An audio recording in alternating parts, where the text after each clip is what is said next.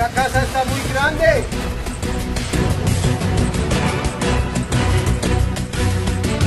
Se inicia hoy en La Habana el 15º ciclo de conversaciones entre el gobierno del presidente Santos y las FARC.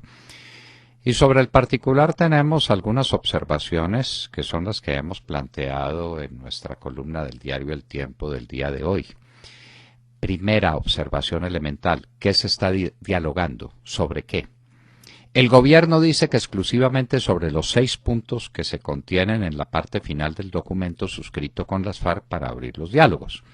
Las FARC dicen que hay que discutir el documento entero, que el prólogo o las motivaciones o los antecedentes de esos puntos finales son elemento esencial constitutivo del documento que se firmó.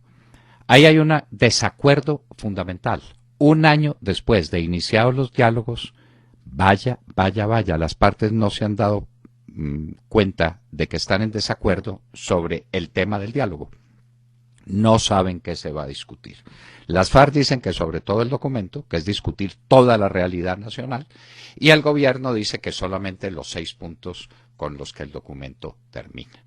¿Quién tiene la razón? No vale la pena discutirlo. Lo que vale la pena es poner de presente que en ese tema esencial no hay acuerdo. Segunda cuestión, ¿en qué tiempo se va a hacer la discusión? Las FARC dijeron desde el principio que este era un asunto muy largo, que llevábamos 50 años de conflicto y que llegar a un acuerdo que le ponga punto final a un conflicto tan antiguo no era cosa que se tramitara de la noche a la mañana. El gobierno no dijo nada. Ahora dice, el país está impaciente, la paciencia de los colombianos no es infinita, esto hay que resolverlo ya. Y las FARC replican, este es un problema reeleccionista del señor Santos y no nos vamos a mover al impulso de calendarios electorales. ¿Quién tiene la razón? No importa. No están de acuerdo ni en el temario ni en el tiempo en que se va a tratar el temario. Siguiente tema. Los terroristas insisten en que no pagarán un día de cárcel. El gobierno les quiere dar la razón y contrata otra vez a su excontratista, el actual fiscal general de la Nación, para que resuelva el problema con una fórmula salvadora. Es que los condenan, pero se suspenden las condenas. La comunidad internacional, la Corte Penal Internacional, la Organización de las Naciones Unidas, las ONGs internacionales, los internacionalistas de Colombia y del mundo entero dicen eso no es posible. Usted no puede montar un sistema de amnistías e indultos que encubra tras la fachada muy poco convincente de una suspensión de las penas. No se han podido poner de acuerdo. ¿Hay cárcel o no hay cárcel para estos personajes? ¿Qué se va a hacer con las armas? Menudo desacuerdo. Todo el mundo dice que para hacer un proceso de paz hay que entregar las armas. Uno no hace una paz con grupos armados y con grupos armados hasta los dientes. Las FARC dice que no entregan las armas. Entonces, a Sergio Jaramillo, que es tan inteligente y que es tan vivo y que sabe tanto ruso, resolvió o se le ocurrió que valía la pena simplemente hacer un esguince terminológico. Las armas no se entregan, sino que se dejan. Se hace dejación de las armas. Aquí es el pueblo colombiano el que aparece en las encuestas y dice, a mí no me vengan con esa historia. Las armas se le entregan y se le entregan a un tercero. ¿Hay acuerdo? ¿No? Profundo desacuerdo sobre semejante temita. Viene el otro. Las FARC dicen, de aquí salimos de La Habana para una Asamblea Nacional Constituyente. El gobierno les dice, Asamblea Nacional Constituyente de ninguna manera. En ese enredo no me meto. Lo que le ofrezco es un referendo. Y un referendo muy especial además porque lo voy a tramitar de modo que coincida con una elección parlamentaria o con una elección presidencial, lo que nos quita de por medio ese problema hasta ahora insoluble del umbral que hay que conseguir en esa votación para que proceda la aprobación del referendo. Entonces ya el presidente Uribe naufragó cuando lo traicionó el doctor Camilo Espina, el que sería después ministro de Defensa, porque a los traidores hay que premiarlos. él lo traicionó y entonces no se consiguió el umbral. El problema es ese.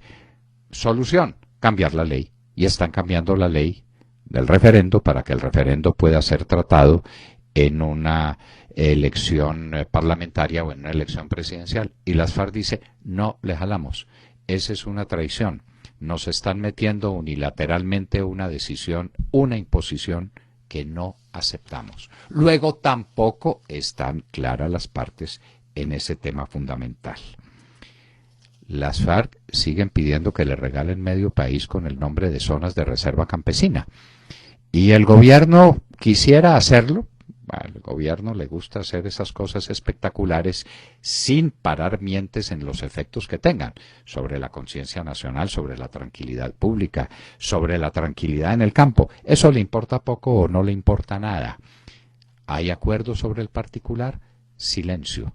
La zona de reserva campesina, la única que conocemos que está actuando bien, es la del Catatumbo. ¿Y por qué está actuando bien? Porque ya se consiguió en esa zona de reserva campesina que no haya erradicación de cultivos ilícitos y que los que se hayan hecho comportan una indemnización a las pobres víctimas de semejante acto. De manera que hay que pagarle en dinero contante y sonante a los infractores de la ley, a los delincuentes que tenían coca sembrada. ¿Qué va a pasar con las zonas de reserva campesina? Nadie sabe. El tema tampoco ha sido tratado. El gobierno ha descubierto, nos parece que demasiado tarde, que estaba adelantando un diálogo con ricos. Para ser más exactos, con los más ricos de Colombia.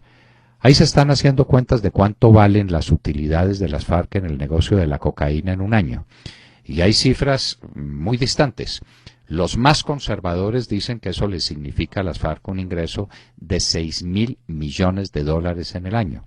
Hay otros que con cifras en la mano, como el senador por el departamento del Cauca y el Partido Conservador, que dice que son 15 billones, es decir, $15.000 millones.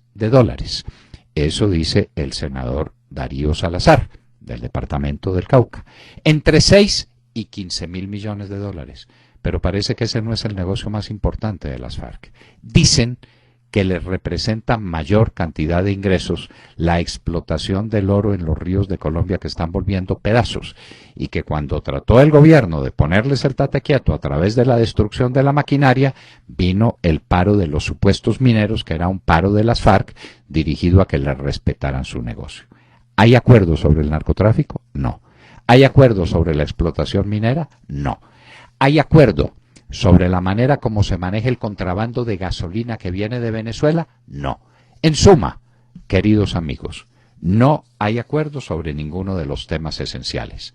Sobre qué es lo que se va a discutir, en qué tiempo se va a discutir, si se entregan o no se entregan las armas, si los asesinos de las FARC pagan o no pagan un día de cárcel, si habrá referendo o habrá Asamblea Nacional Constituyente, si habrá o no habrá zonas de reserva campesina, si habrá erradicación de cultivos ilícitos autorizados por las FARC en todo el territorio nacional, o si conseguirán lo mismo que están consiguiendo en el Catatumbo. En suma, señores, estamos celebrando un año de diálogos y no se ha hecho acuerdo sobre nada. Eso de que se hizo acuerdo sobre el tema agrario es una inmensa mentira. Las salvedades que dejan al final de un documento bastante anodino, por cierto, dejan en claro que el tema está abierto a la discusión. Un año para no haber dado un pasito hacia adelante. Ese es el balance final de los diálogos que empiezan ahora en su decimoquinto episodio. 15 ciclos de conversaciones con las FARC para no haber hecho absolutamente nada, como acabamos de demostrarlo. Esos son los diálogos, esa es la intención de paz de las FARC y esas son las conquistas del gobierno nacional en esta materia. Acaban de escuchar el editorial del doctor Fernando Londoño en La Hora de la Verdad en Radio Red a las 7 de la mañana, 26 minutos.